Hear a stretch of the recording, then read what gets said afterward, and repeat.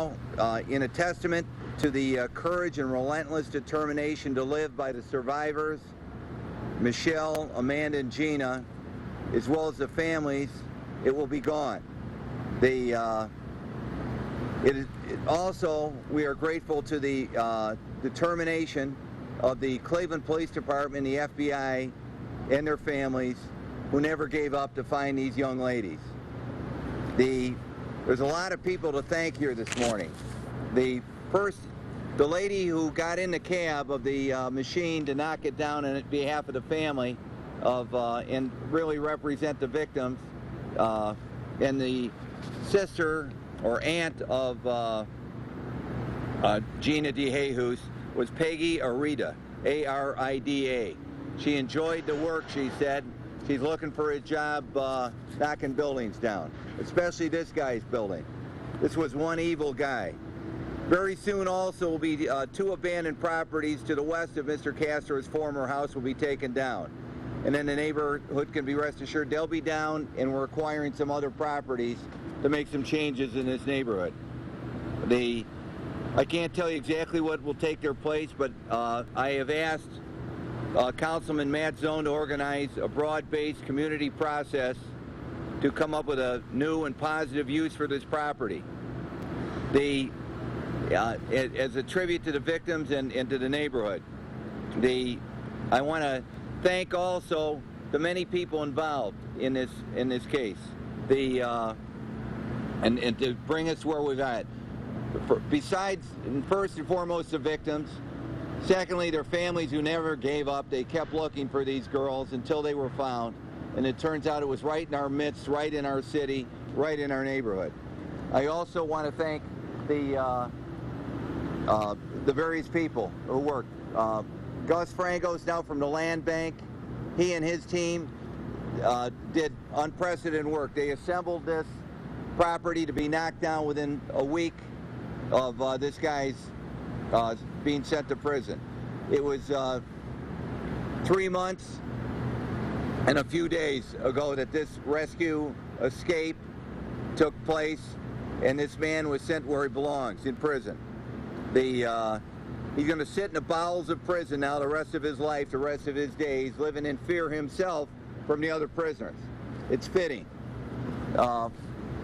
Matt Zone, right here with the funny-looking tie, is the man who's going to be in charge of this committee. Brian Cummings is the councilman next to him for this ward. They are going to work together. He's going to be the co-chairman to repair this. We have our prosecutor staff headed by the lead prosecutor, Blade Thomas, his supervisor behind him, Sal Aladala. We have Adrian Linick and Anna Ferraria, the prosecuting team on this case. We want to thank the sheriff, Frank Bova. We got the best sheriff in Ohio right here in Cuyahoga County, Frank Bova. We have Bobby DiGeronimo and his family from Independence Excavating. Bobby represents the spirit of Cleveland. Everyone has come forward in this case to do something to help these ladies. Now, Independence Excavating is the biggest excavating company we have in the area. They came and they volunteered to do this whole job. They're also going to knock the other 2 houses down to make this the park or whatever these the councilmen and their process decide. We thank Bobby DiGeronimo, Independence Excavating, the Kurtz brothers who are going to do the destruction of this property. Be a very expensive proposition. Part of the plea from this guy, Castro, was we took his money, and this is a guy who scrimped and saved and was a chintz. He fed these women out of garbage cans. He wouldn't feed them, and he saved his money. He hoarded his money. We took the $22,000 he hoarded in the basement, and we were going to use it to pay for the destruction of his own house. He very reluctantly signed over the deed, but when he did, we were going to use it to pay for the house. Now we do not have to. We're going to use it for other purposes. The victims themselves, I offered that to them for restitution. They said no. Amanda, Gina, and Michelle said no. They wanted to give it back to the neighborhood to help on this process. These are very, very generous girls. They don't have anything. They came out of this thing with not 2 nickels to rub together or anything, but Cleveland has stepped forward. The likes of DeGeronimo, the people who had given to the Courage Fund, we thank you very much. We thank the attorneys who volunteered to help these girls. We thank the hospitals who've given them full services and the child to move forward, and they needed medical services. He never took them to the hospital. They had abscesses, they had injuries. One young lady had a life-threatening injury and disease. She was very sick at one time. No medical treatment, nothing. No dental, anything. Everyone has stepped forward here. We also want to thank the media for their professionalism and the privacy they've given these young ladies. They need time to recover. I would ask at this point for our executive, Ed Fitzgerald, the county executive, the leader of our community, who has led this effort, who has seen that it's funded, who has given the sheriff personnel, the prosecutor personnel, given us all the resources we needed to get this job done, to get this building torn down, if he would say a few words. Mr. Fitzgerald. I'm going to be very, very brief. I just wanted to say a couple things quickly. Every major metropolitan area has tragic circumstances and outrageous crimes that are committed at some point in its history. That isn't what the question is. The question is, how does a community respond when something like that happens?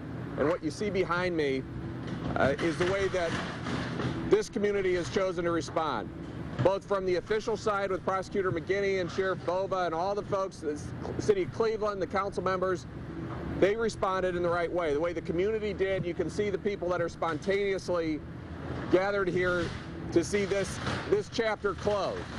And also the families. I'll tell you, what's more eloquent than anything that I say or Prosecutor McGinty is just the expression on the faces of the family members as they saw this house being taken down, because this chapter is being closed.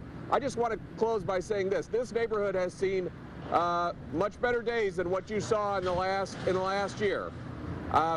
My family about 100 years ago grew up lived right off of West 25th Street. There have been great things that have happened in this neighborhood and great things on the street. Families that have been raised, marriages that have been performed, people that work for a living, and they want to be known for something other than this. And they are going to be known for something other than this. So this is, thankfully and quickly, I think, the closing of one chapter. And this neighborhood, and I know the council members here that represent it would echo what I'd say, the council members here and the residents here and the members of the faith community that are here are determined that this is not going to be the last thing that you ever hear out of this neighborhood. It's the darkest day, but there's a lot brighter days that are coming. And I just want to thank everybody that helped resolve what could have been a long and drawn-out process. Thankfully for the families, is being resolved very, very quickly. So I want to thank everybody involved that worked so hard on it. Thanks. Thank you.